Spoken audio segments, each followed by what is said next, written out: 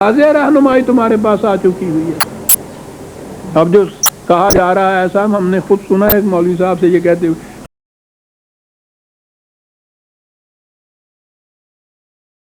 کہ یہ کہتے ہیں دیکھو صاحب کہ قرآن ہماری سمجھ میں آ رہا ہے، معاذ اللہ معاذ اللہ، خدا جلیل کی اتنی بڑی کتاب اور اتنے سے ناریل میں سما جائے گی، وہ یہ کہتے تھے، ان کے دماغ میں یہ آ جائے، اوہ ہو معاذ اللہ صاحب۔ ہاں جی،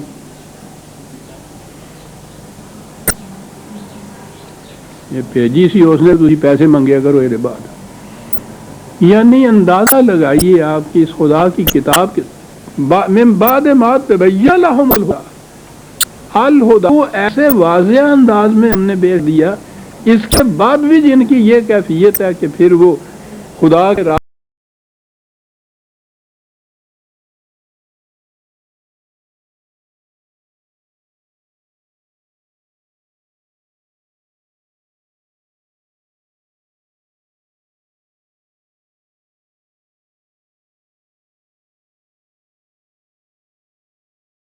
وہ مقصد ان کو حاصل نہیں ہوگا، یہ ہوتا ہے اعمال کا حبطت۔ اب یہ سارا کچھ جو پیچھے کیا نا کہ ان کے اعمال غارت ہو جائیں گے، یہ کامیاب نہیں ہوں گے، یہ بالکل نہیں ایسا ہوگا۔ اب ذہن میں یہ آ سکتا ہے نا کہ مومنین جو ہیں وہ مطمئن ہو جائیں کہ جب خدا نے کہہ دیا ان کے متعلق کہ ان کے اعمال غارت ہو جائیں گے، کچھ نہیں نتیجہ خیز ہوں گے، تو پھر تو ٹھیک ہے، راوی عیش لکھتا ہے، مزے سے بیٹھے رہیے، زیادہ سے زیادہ نفل پڑھ چھوڑیے، تسبیح پھیر چھوڑیے، وہ سب کچھ ہوگا۔ کہا یا ایھا الذین آمنوا اطیعوا اللہ واطیعوا الرسول، تمہیں یہ کرنا ہے، یاد رکھو نظام خداوندی کی اطاعت کرنی ہے تمہیں، اس سے یہ کچھ ہوگا جو کچھ پہلے ہم نے کہا ہے۔ یہ نہ سمجھ لو کہ یہ کچھ بھی اس کے بعد آج خود ہو جائے گا یا ہم کر دیں گے، یہ نہیں۔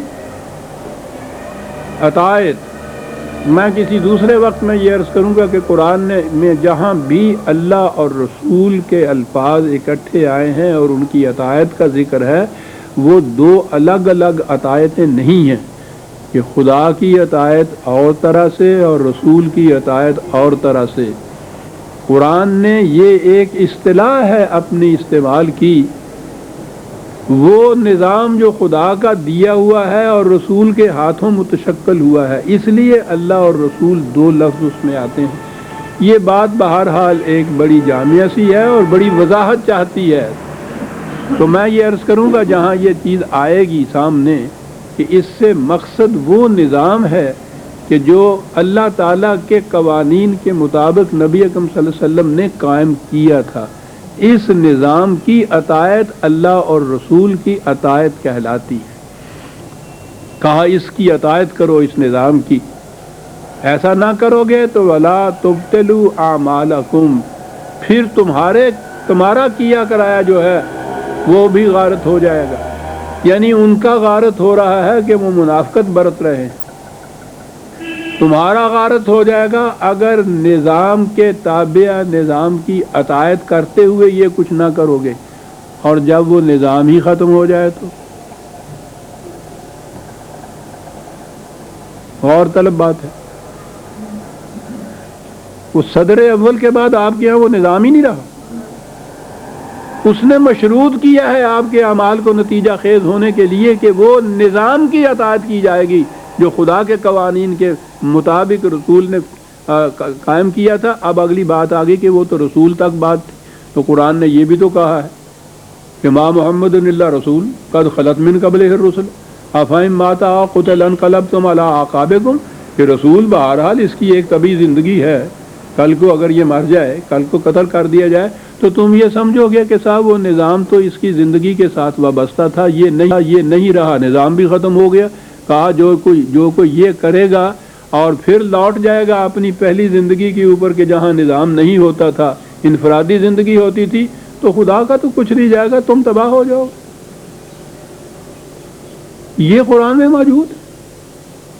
تو یہ نہیں کہ رسول اللہ صلی اللہ علیہ وسلم کی اس زندگی کے بعد، اگر رسول کی وفات کے بعد، تو پھر تو قرآن یہ رہ ہی نہیں سکتا نظام۔ اگر اطاعت اس کی ہے خود اللہ کی اور رسول کی جیسا یہ کہتے ہیں، تو رسول کی وفات کے بعد تو پھر یہ دوسرا ستون ہی اطاعت کا ختم ہو جاتا ہے۔ اور اگر یوں عطایت سامنے کرنی ہے تو وہ دونوں ہی ختم ہو گئے. اللہ میاں عرش پہ بیٹھے رہے، سامنے آتے ہی نہیں. رسول اللہ صلی اللہ علیہ وسلم وفات پا گئے، پھر یہی دو حساب سو یوں پاک ہو گئے. عزیزان من، یہ بات نہیں ہے. جب وہ نظام نہیں رہا ہے نا تو پھر ان سازشوں نے دین کو مذہب سے بدلا، نظام کا تصور گیا. پھر کیا کیا؟ کہنے کہ یہ اللہ کی عطایت جو ہے تو وہ تو ہو گئی قرآن شریف کی روح سے، رسول کی عطایت جو ہے وہ بخاری شریف کی جو حدیثیں ہیں ان کی روح سے. اب پھر رسول کی عطایت لگے نہ کرنے. حنفی اپنے پہلے اہل حدیث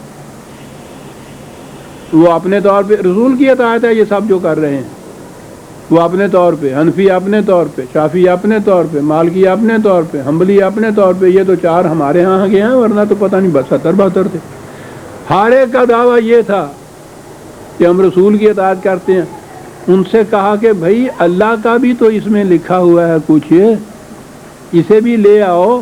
وہ کہنے لگے کہ وہ جو رسول کی اطاعت ہے نا، اس اللہ کی اطاعت تو اس میں آ جاتی ہے. یعنی اطاعت رہ گئی امام بخاری امام مسلم کے قیاس کی روح سے جمع کی ہوئی چند روایتیں. اس روایت میں اللہ کی اطاعت بھی آ گئی، اس میں رسول کی اطاعت بھی آ گئی، اور اس کی روح سے جو احکام مستنبط کیے کچھ قوانین اس زمانے کے جورسٹ نے، اس زمانے کے قانون جاننے والے لوگوں نے، عام انسانوں نے، جو عام کہیں گے ہم، نہ وہ خدا کے رسول تو نہیں تھے. اب عطایت سمٹا کے اللہ اور رسول کی عطایت ان فقہی قوانین کے اندر رہ گئی جو انہوں نے مدون کیے.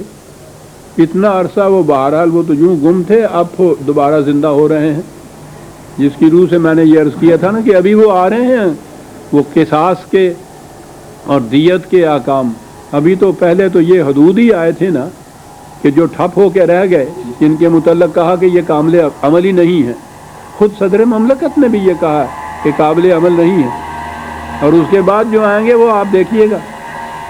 یہ قتل کے جرم کے، وہ اس کو کہتے ہیں قصاص اور دیت کے، قتل کے جرم کے جو قوانین آ رہے ہیں، سودا انہوں نے عام کر دیا ہے، پبلک کر دیا ہے. یعنی ایک ہی چیز قتل کا جرم ہے، قاتل موجود ہے. شرط یہ ہے کہ دو مسلمان متقی پرہیزگار دیندار تزکیہ شہود والا دو اور مسلمان وہ اس کا کے شاہد ہوں. یعنی وہ قتل کرنے والا جو ہے یا مقتول جو ہے وہ پہلے کہے ذرا ٹھہر جاؤ، دو مسلمان متقی پرہیزگار تزکیہ شہود والے وہ آ جائیں پہلے. وہ دو میں یہ عرض کر رہا ہوں، آپ دیکھیے گا کہ ان کا نتیجہ کیا نکلتا ہے. آپ کے ہاں کتنے قتل ہونے شروع ہو جاتے ہیں.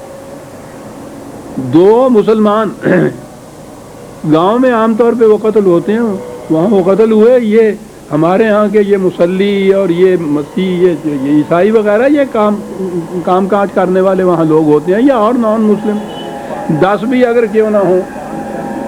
ہاں 5-4 منٹ رہ گئے. اتنے بھی کیوں نہ ہوں، اگر 10-20 بھی اگر یہ کوئی نہ ہوں اور شہادت متفقہ لا دیں گے، شہادت نہیں مانی جا سکتی. دو مسلمان ہونے چاہیے. بیوی کے سامنے اس کے قتل کر دیا ہے خاوند کو، وہ شہادت ہے. عورت کی شہادت نہیں لی جائے گی، شہادت ہی نہیں لی جائے گی. یہ بھی گیا. اگر یہ کسی طرح سے نومن تیل ہو بھی جائے ارادہ کے نچانے کے لیے ثابت بھی ہو جائے تو قتل عمد کے بعد یہ جو مقتول تھا اس کے جو وارث ہیں وہ قاتل سے پیسے لے کے صلح کر سکتے ہیں اور معاف ہو جاتا ہے وہ جرم. یہ وارث کون ہوتے ہیں؟ ساری امتیں یہ جڑے شریکے نے نا، جنہوں نے ان کے ساتھ مقدمے بازیاں شروع کر رکھی، انہوں نے تو قتل کروایا تھا. تو کتنا آسان ہو گیا، قتل کرا دیجئے، اس کو تو دیجئے 1000 روپیہ اور خود ہوجئے پھر وارث، اور یہ وارث اس کے ساتھ معاملہ کرے 10,000 روپے پہ. اپنا دشمن جو ہے وہ کانٹا بھی نکل گیا، 9,000 روپیہ فائدے میں بھی رہ گئے. شریعت حقہ کے متعلق انصاف ہو گیا. آ رہے ہیں قوانین. اور پھر یہ جو دیت جسے کہتے ہیں نا